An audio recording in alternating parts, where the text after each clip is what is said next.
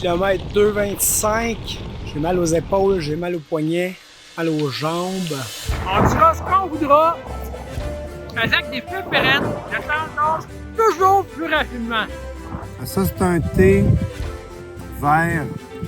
C'est un délice.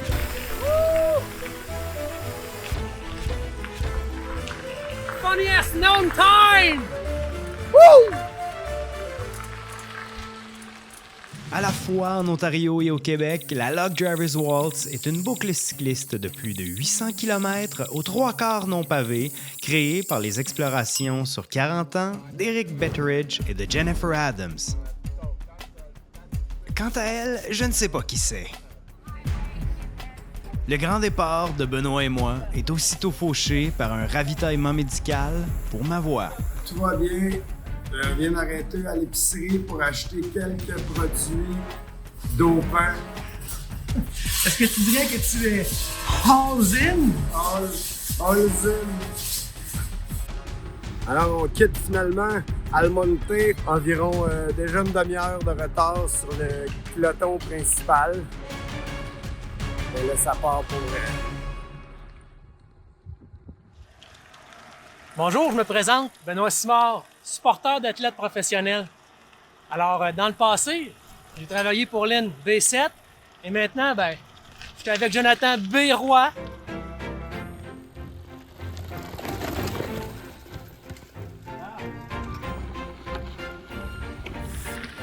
Hey Joe, il nous reste juste 783 km, comment tu te sens? Je suis sans voix.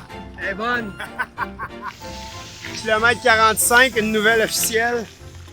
Les premiers signes de fatigue commencent à apparaître déjà dans mes jambes. Ah ben, ouais. À ce rythme endiablé, C'est ça. nous commençons à rattraper notre retard du matin et à rejoindre d'autres athlètes, Hello!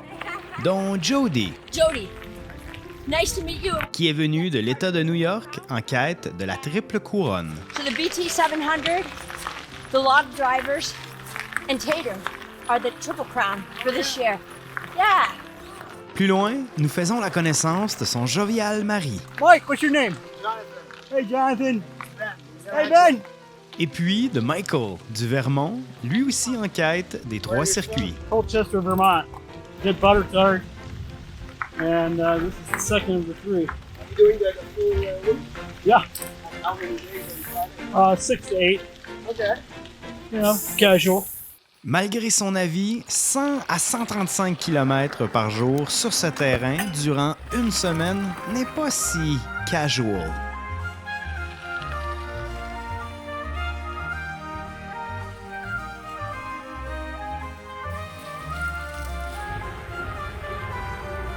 Surtout lorsqu'il se met à pleuvoir. Le Special Lanark, qu'est-ce qui est vraiment spécial, c'est qu'il est chaud dans la table. Un homme de rigot. Yes. On est arrêté manger de la pizza à Lanark. Il y avait d'autres cyclistes qui étaient là. J'aime moins ça, psychologiquement, de savoir qu'il y a d'autres gens sur le même parcours que moi. Puis là, ça me stresse. C'est comme faudrait, je peux pas arrêter longtemps parce qu'il y en a qui vont me rattraper. Puis je vais perdre la distance avec les autres. Tu me diras, c'est ça le concept de la course ou de l'événement. Mais peut-être que j'aime mieux le cyclotourisme relax.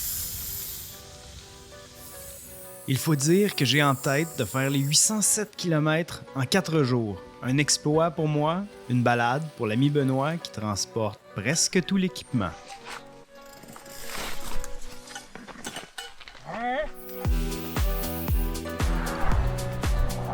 On arrive à Sharbot Lake.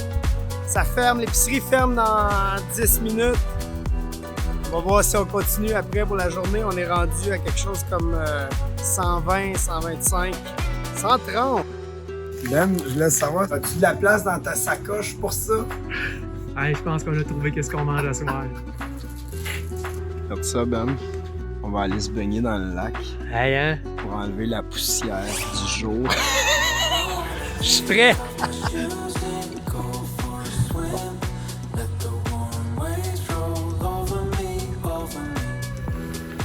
Nettoyés, nous reprenons la route. The road again! En empruntant la K&P Trail, récemment inondée. Vraiment, je sais pas ce qu'on est.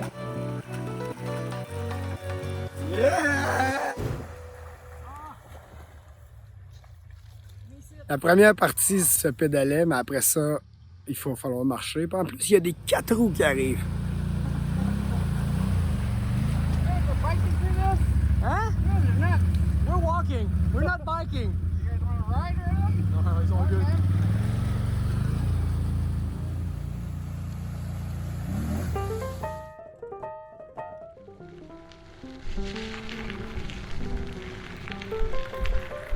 On frôle 160 km.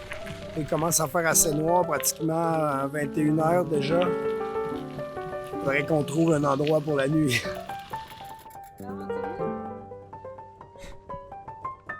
« 160 km, on vient de terminer de manger nos ramen.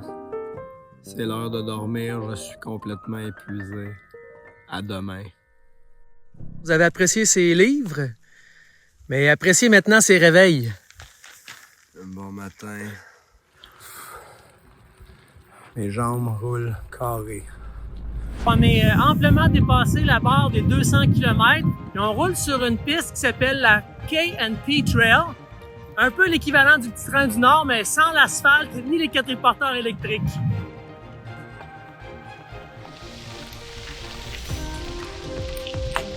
Ah, il est fort, le gars! Qui en avant? Ouais. Ouais, c'est une machine. Il transporte ma tente, mon matelas en plus. En entrant dans les North Frontenac Highlands, les côtes se font raides et nous mordons la poussière.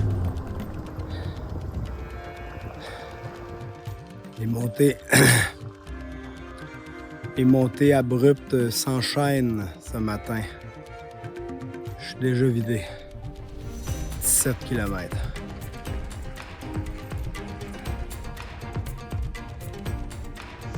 C'est vraiment une journée plus difficile qu'hier aujourd'hui. La température est belle, mais le terrain est pas mal...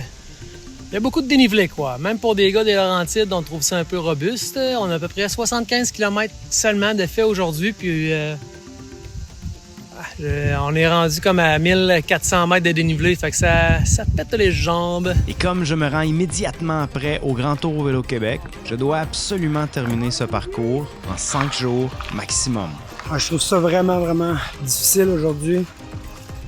On est rendu à 87. C'est loin de l'objectif. Je suis en train de me demander si ça va être faisable de finir en 5 jours ou si on prend le demi-parcours.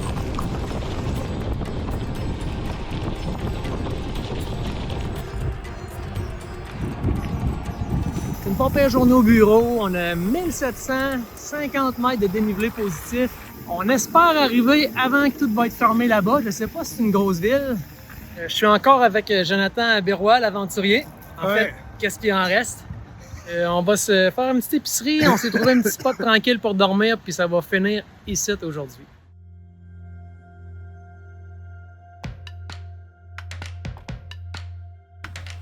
LCBO, toujours pratique. Pas de brûleur, pas de problème. On s'est patenté un genre de petit foyer bio. Je vais pouvoir boire un thé chaud ce matin. Il est maintenant 8 h du matin. Mon voisin de chambre est toujours endormi. C'est une bonne marmotte. Je comprends que ça y a pris 4 ans à faire son tour du monde, il dormait autant que ça. Bon, je vous montre sa face au réveil. C'est à ça que ça ressemble le matin d'un FKT. Oh yeah, buddy. Alors, 3e journée, on a décidé de faire le demi-parcours. Mais de le faire à 100% par exemple. Un peu moins de kilométrage, mais avoir plus de plaisir. Ce qui est un ratio qui est habituellement tout le temps gagnant. Il est presque 11 h. Et nous croisons d'autres participants. I'm Emily, and we're in Calabogie. So far, it's going good. We found Liam again. Are you still going for the FKT? Oh yeah, I think I have it. We're still in the race too. Awesome. Now it's 11:30. You cannot win the FKT if you haven't put fuel in your body. That's right. En optant pour le demi-parcours de 400 km et avec une bonne partie de la route déjà faite, il ne nous restait qu'à prendre plaisir aux 2 dernières journées. On est à Renfrew. C'est comme ça que se termine notre 3e journée de bikepacking. Et comme à chaque jour, Benoît continue d'être pas mal plus lève-tôt que moi. Salut, je fais la Log Drivers Waltz. C'est un événement de bikepacking. Si ça vous intéresse, vous trouverez les informations sur cette carte. Merci. On est à quelques minutes seulement de notre prochain départ. Ça, c'est des crispers. C'est pas des croustilles, mais c'est pas des chips. Je sais pas si vous connaissiez ça.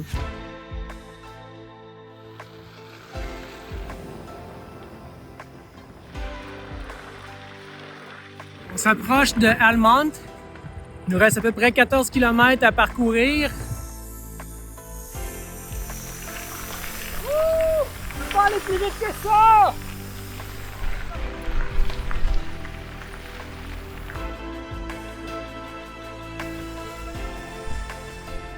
Point d'arrivée, la statue de James Naismith, l'inventeur du basketball. On a Jen qui est juste derrière nous ici.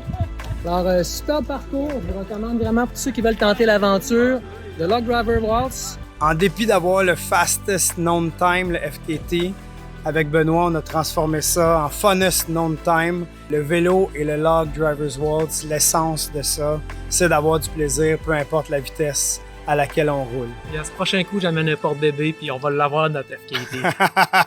Ciao! Il explique que quelqu'un qui a été trop vite peut soudainement avoir l'envie de se coucher. On n'essaierait pas de faire le FKT cette année. Non, On croit qu'il y a des gens qui le méritent plus que nous. particulièrement tous ceux qui sont en avance et ceux qui ont dormi moins de 10 heures. Ouais.